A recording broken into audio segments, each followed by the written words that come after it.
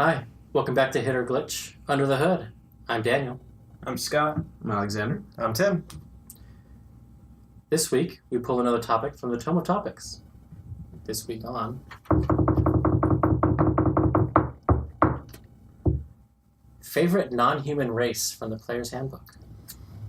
Ooh. Well, we know what yours is. Half elf?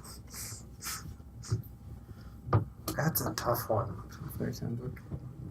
Like, I really want to like the mountain dwarf, but I just don't. Like, it's +2 strength and +2 con, but every race or every class that's going to benefit from that doesn't really care about weapon proficiency or armor proficiencies or, like basically everything else they have is useless. Mm-hmm. So it's like, well, you chose a race. I mean, sure, you can have lore reasons and everything, that's fine. But mechanically, it seems like the mechanics work counter to each other. Mm-hmm. Yeah, I almost think Hill Dwarf is better than Mountain Dwarf. Just because you get an extra hit point. Yeah, and that's a pretty big deal. Yep. Yeah. But, yeah, favorites. How about we go to top 3? So which half of the non-human races do you like? Okay, top 2. If you're having difficulty between choosing between two, I guess we'll hear you out. Nah, okay, this is only from the base book. Man, I really don't know. Yeah, we're not doing Princes of the Apocalypse or Bolos or the Elemental Evil Player's Guide Just base game. PDF. So elf, half elf. Although half elf's stretching it. I mean, they're half human. Yeah, I know, that's why. And by the same token, half orc is stretching it. You got half I do like half orc a lot too. So we got That would still be an interesting backstory that you have a half elf and a half orc. It's like their mother is the same. Yeah. I think that would be interesting. So you got dwarf, you got elf, Oh, you're talking plain siblings? Yeah. halfling, halflings. Fraternal twins? Dragonborn, gnome, Irish twins. half elf, half orc. And As long as they're not Siamese. I don't really like tiefling too much this edition. With the expanded abilities, they become a little more interesting to me. I just not terribly interested in what they have base.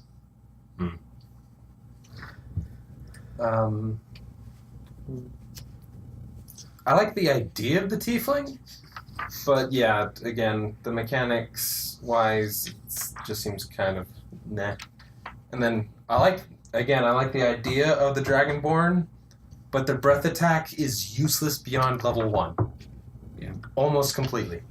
I mean, there are a couple of times it might be useful beyond level 1, but by level 3, it's useless. Completely and utterly useless. Because everything can meet the DC. And there's no way you can raise the DC, there's no way you can modify it, there's no way you can do anything with it. Well, isn't it 8 8 plus your proficiency con. modifier? Yeah, so your proficiency does go up a little bit. Barely. By 1 here or there. But then, if you're a magic caster, I can cast something that has a higher DC or I can use an attack Or has more bonus, damage dice in or it. more damage dice, or a whole bunch of other It does things. go up in damage. 3d6 at 6th level, 46 at 11th, and 5d6 at 16. I really need to reread the book. Yeah, But whatever. And But yeah, again, like I said, to I a like the degree, idea. that's true. And I think Dragonborn are probably my least favorite, so this is by no means me trying to justify them. But in their defense, when people say that, they're thinking strictly combat. Mhm. Think of other ways you've got lightning breath. Hey, you've got an insta flare. it's a good Just point. shoot an arc of lightning straight in the air Mhm. when you're separated from your friends. Fire, you need to smoke someone out. Flame breath the building. Guess what? The building doesn't make the save. Yeah. So, there are other uses. not that it makes it a great ability. Mm-hmm. I know there's a lot of places, a lot of people have talked about house ruling that the breath weapon is a bonus action to make it more viable. Yeah. So you And can I- do your thing and then use it as a bonus action instead of an action. Yeah.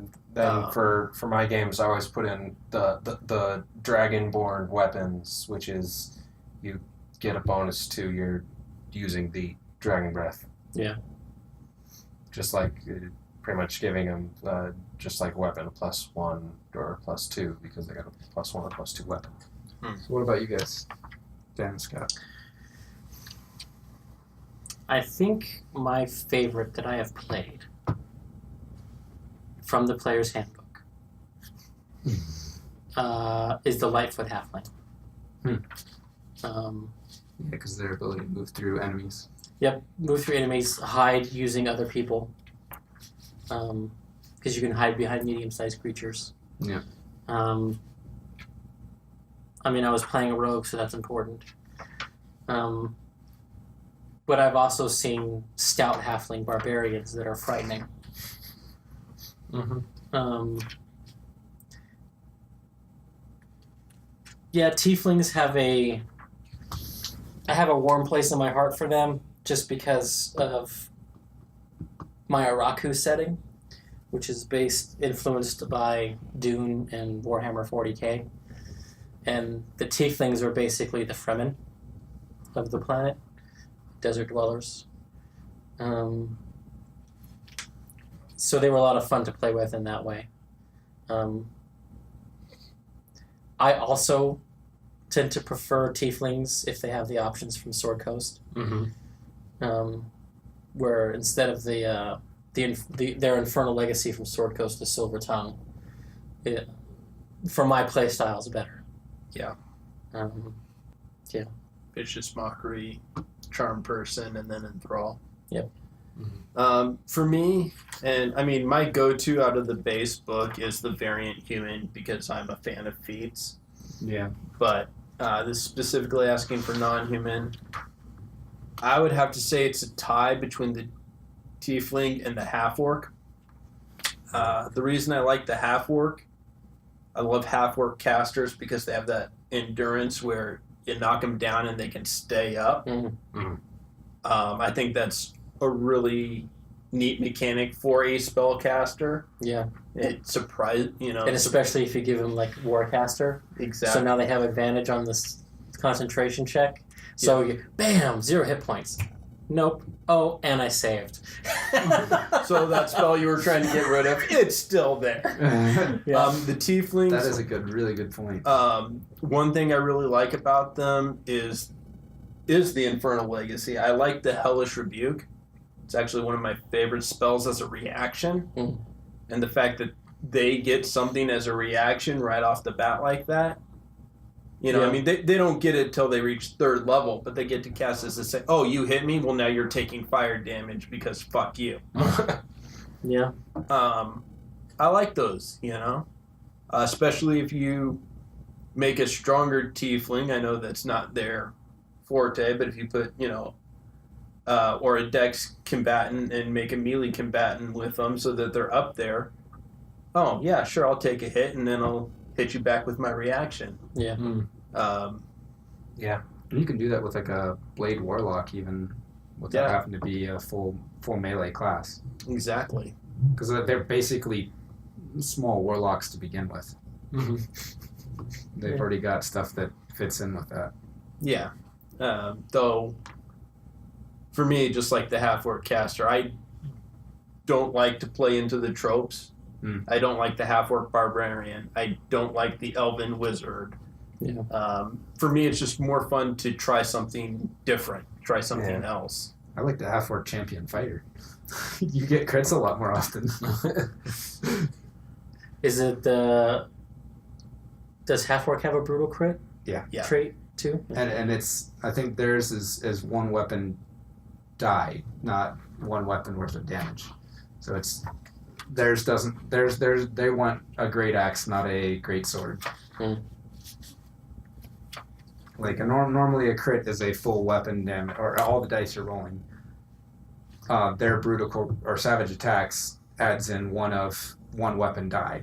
Yes, one The of the same way the weapons barbarian. damage dies. Yeah. One additional time.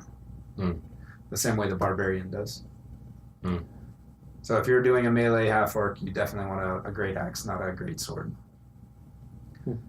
Even with the Why great axe? The D12 instead of 2D6. yeah. So with a great 1d6. sword, you add 1d6 extra. Mhm. With a great axe, you add 1d12 extra. Yeah, so it's So 2d12 versus 3d6. Yeah, Okay. there's a pretty big damage boost there. Damage boost possibility. This edition is the first time I've seen any reason whatsoever to do a great axe over a great sword, and I like it. I The thing appreciate that is, a lot. it's a critical. So you roll the dice, you double it, and then you add that extra die. Yeah, Yeah. That extra die is not doubled because it specifically says Yeah, it's bonus damage. added to the extra damage. Yeah. So but I do appreciate that a lot. That there is finally a mechanical reason why anyone would ever bother with a great axe over a great sword. Yeah. Mhm. And I appreciate I really enjoy having there being differentiation between weapons, and so that was an improvement in 5th edition for me. So yeah. what's your favorite race? Let us know in the thing. Why are you staring at me? It's very creepy. Because I don't think you ever answered which one was your favorite. I Oh. remember you saying which one you didn't like. Yeah. This is true. I mean, what is your two favorites since you couldn't narrow it down? And Okay. I gave two also. So yeah, like I said, I like the idea of the tiefling and the dragonborn simply because they're not human, and they're not They're not like Tolkien's or anybody else's. They're something almost completely different from everybody else. But playing wise, I have no idea. I really don't have it. I kind of like his answer. I mean, this is a mechanics segment, but it's an answer without a mechanics backing. Mhm. So, that's interesting. Tell us what yours is. Comments below. If you have any suggestions for topics that we can cover, comment those as well. We'll put them in our tome of topics. And we'll see you next time. See it.